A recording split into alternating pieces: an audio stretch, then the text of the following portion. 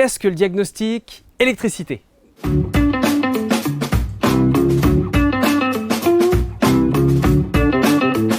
Bonjour et bienvenue, c'est Cédric, votre exauceur de rêves immobiliers dans les Yvelines.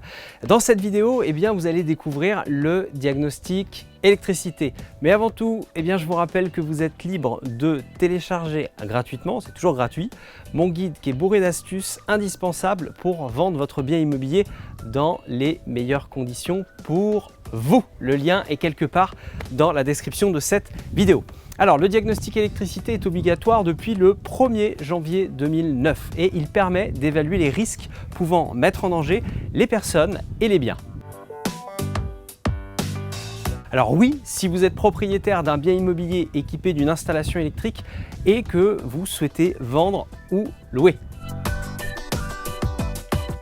Le diagnostic électrique porte sur l'évaluation des risques des parties privatives du logement telles que la cuisine, le salon, les chambres, les salles de bain et toute autre pièce ainsi que ses dépendances comme par exemple le garage, la terrasse et même la piscine.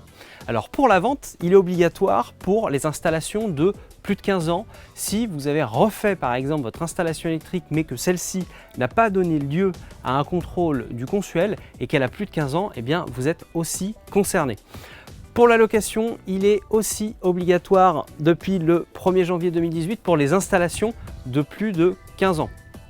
Contrairement au diagnostic amiante qui doit apparaître quelque part autour, le diagnostic électricité n'est pas obligatoire pour les parties communes d'un immeuble. Sa durée de validité est de 3 ans dans le cadre d'une vente et de 6 ans dans le cadre d'une location. Seul un diagnostiqueur disposant d'un certificat est habilité à effectuer le diagnostic électrique.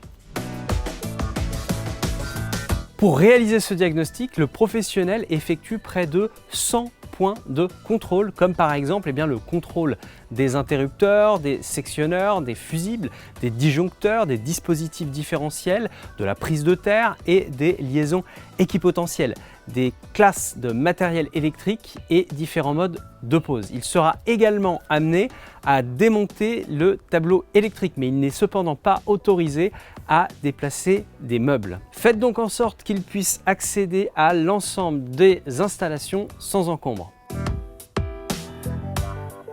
Alors non, il n'y a aucune obligation d'effectuer des travaux, il s'agit d'une information qui est portée à la connaissance de l'acquéreur. Cependant, dans le cadre d'une location, le bailleur a pour obligation de louer un bien décent qui ne présente pas de risque pour la sécurité des occupants. Le logement peut être jugé insalubre par le service communal d'hygiène et de santé et ce dernier peut contraindre le bailleur à effectuer des travaux. Voilà, alors vous avez aimé cette vidéo? Un pouce bleu, vous souhaitez devenir incollable dans l'immobilier, abonnez-vous tout simplement à notre chaîne et activez la petite cloche en bas pour être à chaque fois informé, chaque fois qu'il y a un contenu disponible. On se retrouve à partir de la semaine prochaine et à plus tard, ciao, bye bye!